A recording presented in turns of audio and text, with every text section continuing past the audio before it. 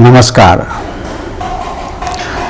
हम सभी शायद जानते हैं कि भारतीय परंपरा में महिलाओं के लिए मासिक धर्म के दौरान आराम करने की या किसी भी तरह का काम किए बिना रहना एक विधि है।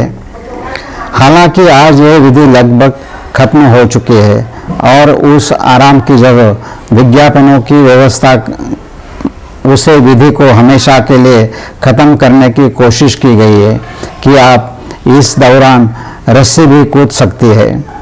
मैं हमेशा कहता हूँ कि वैसे तो हमारी संस्कृति में होने वाली हर घटना के पीछे कई कारण होते हैं, लेकिन उन कई कारणों में से एक हमेशा स्वास्थ्य से जुड़ा होता है और इसलिए आज हम इस विषय पर चर्चा करने जा रहे हैं। वर्तमान में न केवल भारत में बल्कि पूरे विश्व में यह देखा जा रहा है कि महिलाओं में उनकी महिला शरीर की संरचना से काफ़ी हद तक बिगड़ने लगी है। फिर इसके लिए बहुत कम उम्र में पीसीओडी या अन्य शिकायतें देखी जाती है। हमने देखा है कि प्रजनन की समस्या उत्पन्न हो गई है, गर्भाशय संबंधी विकारों में वृद्धि पाई जाती है। इसका मतलब यह है कि यह इस महिला प्रणाली के किसी दोष के कारण यह होता है। मुझे लगता है कि इस प्रश्न को सोच समझकर हल करने की आवश्यकता है। अगर हम कुछ गलतियां कर रहे हैं तो क्या उन्हें सुधारना संभव है? हम इस पर विचार करेंगे। इस पर विचार करते समय सबसे पहले यह देखना आवश्यक है कि शरीर की वैज्ञानिक संरचना किस प्रकार से बनी है। एक सरल उदाहरण दिया जा सकता है। हम जो भोजन मुंह से लेते हैं वह शरीर के केंद्र में जाता है और वहां पर यह संस्कारित होकर त्वचा तक सभी सूक्ष्म कोशिकाओं को तक पहुंचता है। अब जिस प्रकार यह लिया गया भोजन सूक्ष्म शरीर में सूक्ष्म कोशिकाओं के पहुंचता है, वहां पर कुछ प्रक्रिया होती है। इससे कुछ मल भी बनता है और यह मल अंत में शरीर के स्वेद, मूत्र या मल के माध्यम से बाहर निकलता है। इसका अर्थ यह है कि शरीर के केंद्र से शरीर के बाहरी भाग में सूक्ष्म भाग तक शरीर के बीच कुछ आदान प्रदान होता है।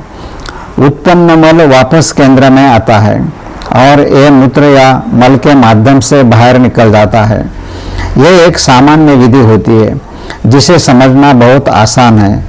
जब शरीर में कोई रोग या बीमारी होती है तो शरीर के सूक्ष्म भाग में पैदा हुआ मल किसी कारण से शरीर के केंद्र में वापस नहीं पाता और फिर वह भाग वहीं पर अटक जाता है और उस स्थान के अनुसार विभिन्न रोग बनते हैं। सामान्य शब्दों में हम कह सकते हैं कि शरीर के केंद्र तक पहुंचा हुआ भोजन रूपांतरित होकर शरीर के सूक्ष्म भाग में पहुंचता है और वहां से जो मल बनता है वो पुनः शरीर के सूक्ष्म भाग से शरीर के केंद्र में आता है और शरीर से बाहर निकल दिया जाता है। ये संचार शरीर में स्वाभाविक अवस्था में चलता रहता है। इसमें यदि कोई दोष होता है तो वहीं से विकार शुरू हो जाता है।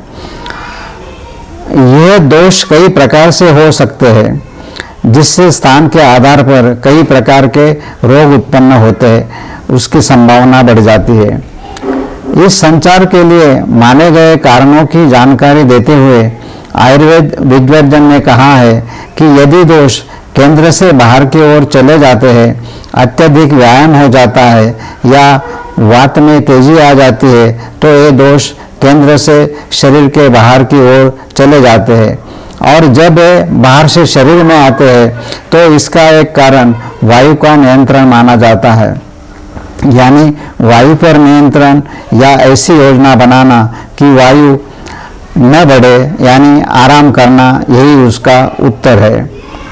उस वैज्ञानिक श्लोक का दूसरा सरल तरीके से यह है कि जब शरीर के केंद्र में दोषों के आने की संभावना होती है, अगर वे कारण होने वाले हैं जिनके कारण दोष शरीर के केंद्र से शरीर के बाहरी भाग की ओर जाते हैं, तो एक प्रतिकूल स्थिति उत्पन्न होती है और दोष है वहाँ जाने की संभावना पैदा होती है, इसलिए दोषों के वहाँ रुकने की संभावना है और केंद्र में जाने की प्रक्रिया कम हो जाती है। यानी अगर हम ये मान ले कि ये दोष केंद्र से आने पर आसानी से शरीर से बाहर निकल जाने चाहिए, तो उस दौरान व्यायाम करने से काम नहीं चलेगा। और ये निश्चित है कि उन दोषों को बाहर जा देना स्वास्थ्य के लिए बेहतर, अधिक उपयुक्त है। मासिक धर्म के दौरान शरीर से बाहर जाने वाला खून अक्सर बहुत लाल रंग का नहीं होता, बल्कि अक्सर गहरे चॉकलेटी या काले सदृश रंग का होता है। यानी इस खून में शरीर के दोष जरूर होते हैं और महिलाओं के मामले में ये दोष गर्भाशय के जरिए बाहर जाते हैं और इन्हें बाहर जाने देना महिलाओं के लिए अच्छा है। आयुर्वेद का कथन है कि जिन महिलाओं का मासिक धर्म नियमित और अच्छी मात्रा में होता है, उन्हें मधुमेह जैसी बीमारियों का सामना नहीं करना पड़ता और वे स्वस्थ हो जाती है।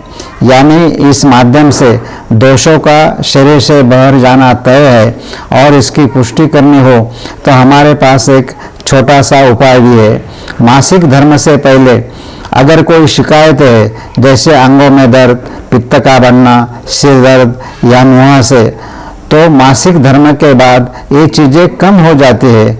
और अगर हम उन्हें बेहतर तरीके से बाहर निकलने देना चाहते हैं और अगर हम इस बात को ध्यान रखना चाहिए कि वो शरीर में ही न रहे, तो इन दोषों के बाहर जाने का कारण वात का नियंत्रण है। यानी आराम इसका मूल साधन है।